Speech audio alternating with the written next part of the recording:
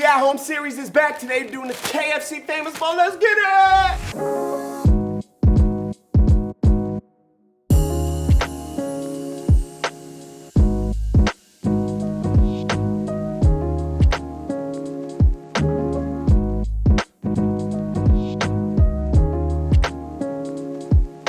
What's going on, everybody? My name is Farnum. This is another episode of More Seasoning, and we're watching the At Home series, a series where we remake famous dishes here at home with fresh ingredients, and they always end up tasting 10 times better. Today, Colonel's on the list, the bucket list. Get it? KFC bucket, haha. We're doing the famous bowl. I know one or two things about famous. I've met a couple famous people. That's it. I'm not calling myself famous. Humble. Before we jump into the breakdown, make sure you scroll down, hit that like button, hit the subscribe button, drop a comment. I'm always in the comments shooting with y'all. I love y'all. Appreciate y'all for watching. Hey, let's go into the breakdown. Come on. All right, here we go. We're hitting the breakdown real quick. As you can see, we've got the bowl right here, and we'll start off. As you can see, we've got some cheddar cheese right here on top of this little nug. Now, this has been sitting around for a little while, so there's absolutely no crispiness going on at all, but we can see some seasoning in this chicken nugget as well as a little bit of cheddar. And then if we look right here, we got some more cheddar and some gravy, baby. We're doing gravy and a lot of corn, a lot more corn than I thought there would be. We'll do a scoop of the mash. The mash, very, very basic. Look, no seasoning in that mashed potato at all. Colonel, what is you doing, sir? Look at that, literally no seasoning in that mash. The only seasoning I'm seeing is in this chicken. We'll give it a try.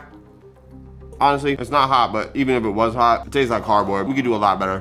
Let's get it. Go ahead, grab your butter, squeeze the milk out of it. We're gonna need 1 cup of buttermilk. Then we're going in with some seasonings. We're just gonna run through it real quick. A teaspoon of smoked paprika, a teaspoon of garlic powder, a teaspoon of Old Bay, a teaspoon of, half a teaspoon of cayenne. Then we're going a teaspoon of some kosher salt and about 20 cranks of black cracked pepper. And now we're gonna whisk. All right, so we got our chicken bath. Now we gotta get our chicken out because it needs to take a bath. So we're just gonna peel that on a separate cutting board. Hopefully not wood. You don't want that salmonella seeping into your wood. You're just gonna grab your chicken tenders. I'm gonna line them all up and we're just gonna slice them into little chicken nuggets. This is chicken, this is a bath. What do we call it? A bird bath. So we're just gonna put all our chicken pieces in here. Now listen, I cut all of them up. There might be not enough bath water for all these birds, but maybe we'll get lucky. Perfect. Everybody get nice and comfortable, get to know each other. We're gonna go for a dip, a little swim. We'll do the backstroke right here.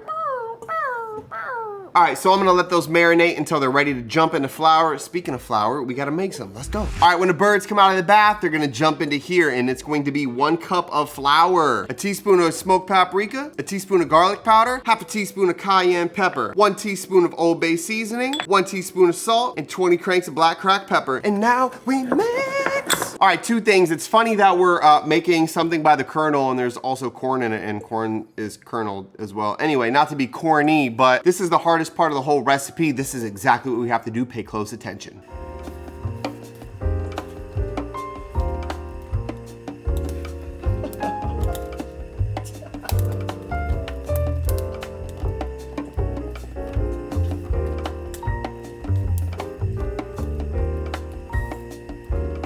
Now the Colonel uses sweet corn. We're gonna roast our sweet corn, just adds a little element, and then we're just gonna take our knife, we're just gonna slide down the husk, just like that, and voila, we've got little chunks of beautifully roasted sweet corn that can go right into our famous bowl. All right, now that our chicken is done, we're gonna act like a banana and peel. That's right, we're gonna peel these potatoes, get those skins off. That way we can have some creamy mashed potatoes with some great fried chicken. So let's go ahead and peel a pound out. All right, once we shave our little potato head wimps, we're gonna go in 1 cut. That's a Lil Wayne reference for those who don't know. And 2 cut, put them into 1-inch cubes into some cold water. All right, then we're going in like a salt fairy. All right, then we're going high heat. Remember, this is cold water. It's gonna take a little bit to not only heat up, but to come to a boil. Once it comes to a boil, it's gonna take about 6 to 8 minutes, and we're gonna go until fork tender. We'll let that rock and keep cooking. And the crazy thing about chives is they just add so much flavor to every single dish I put them in. Like literally, it's the only thing you can taste when I put it in a dish. It's just chives, just these little, come on, we all know this is just for show. You don't have to do this. All right, so what we're gonna do right now, our potatoes are done, is we're gonna throw them into a ricer. And no, this isn't a Toyota Supra. This is a potato ricer. And basically what we're gonna do is knock our mash completely out right now, because we can throw it back into this bowl once we have all our mixings in it, and we can keep it warm on a stove. So the ricer is really dope because, well, you don't have to mash anything, and all you do is just push this down. Let Let me see that rice.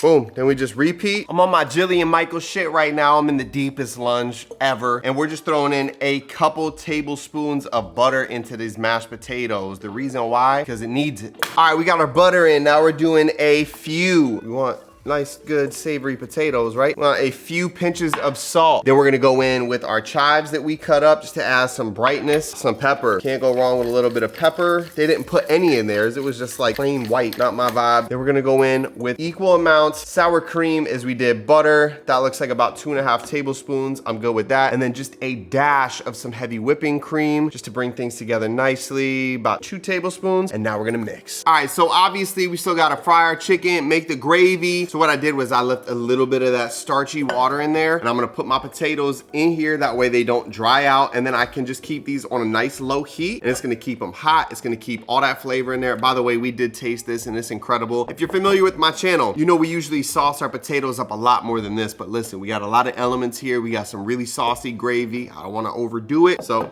yeah. And lastly, we gotta make the gravy, baby. So right here, I've got some chicken bouillon. Smells like ramen, low key. Into some very hot water. And then I've got beef bouillon. These guys are tiny. They are definitely a foreign brand, but I'm just gonna eyeball it and say 2 because the chicken one is way bigger. And now we're just gonna mix until they're fully dissolved. All right, we're at the stove. Listen, I got my mash right here on a little itty bitty flicker. I'm just keeping them warm for the moment. I don't want them to get cold, right? Got about 4 tablespoons of butter right here. I'm melting, and then I'm going in, this is the gravy, we're gonna go in with 4 tablespoons of flour as soon as this is done melting. And if you come look over here, we got our fryer, we're up to temperature, we got our chicken, we got our powder, and we're gonna get cracking right here. So let's go ahead and put this flour in. All right, butter's melted. Now we're going in with equal parts flour. And what we're gonna do right now is we're gonna cook this flour down, and we're gonna turn this into a roux. And however dark you want your gravy, that's how much you're gonna cook your flour down to. All right, our gravy is turning brown, our roux. So now we're gonna go in a little bit at a time with this.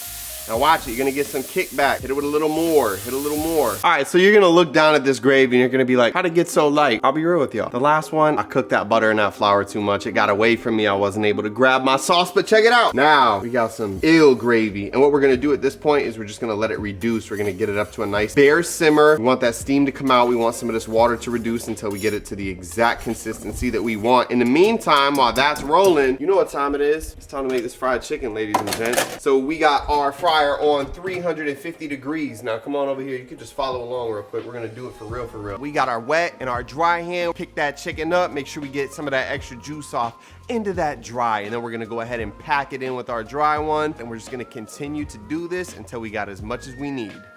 The last piece of the puzzle is going into the basket, and you can check it out right now because we're about to drop them. Here we go. Chicken nugs. 3, 2, sizzle fizzle, baby. All right, are you ready? It's been about 5-6 minutes. Our chicken is done. Take a peek. Ooh-wee! Baby, that is some crispiness. If I've ever seen it, we're gonna go ahead and shake it out. All right, here we go. On our basket, we're gonna go ahead and spill them out. Oh my goodness. We're basically done. We just gotta check on that gravy. Let's get it. All right, so our gravy is pretty much the consistency that I would want for my mashed potatoes. Now, we have 2 things that we gotta do left. The first one, we just wanna add some black cracked pepper. So I'm gonna put about 20 cranks in. And then I like to just add a little bit of onion powder to taste. So I'm gonna start off with about 1/8 teaspoon, real light, right there, boom. And then we're gonna mix.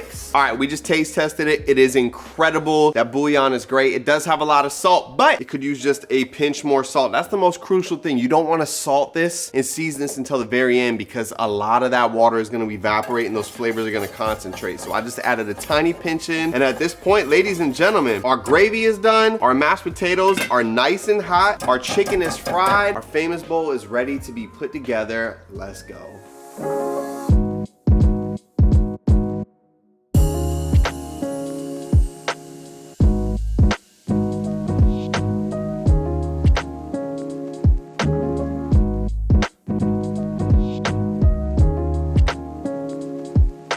Ladies and gentlemen, KFC, famous chicken bowl right here, homemade, everything from scratch. We're gonna go ahead and give this a taste test. We're gonna start with the mashed potatoes, the gravy, the corn, and the cheese in 3, 2, 1, play that spooky music. I'm pissed. I'm I feel violent right now. That's how good that is. That is incredible. That gravy is top tier. Southern comfort. Oh my goodness. Here we go with the fried chicken. 3, 2, 1.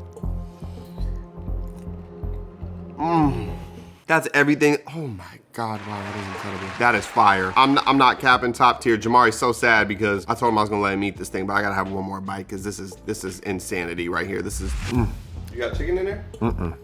No chicken. That tastes so good. Yo, like I did, that's gonna kill this whole bowl. And as we speak, chicken, gravy,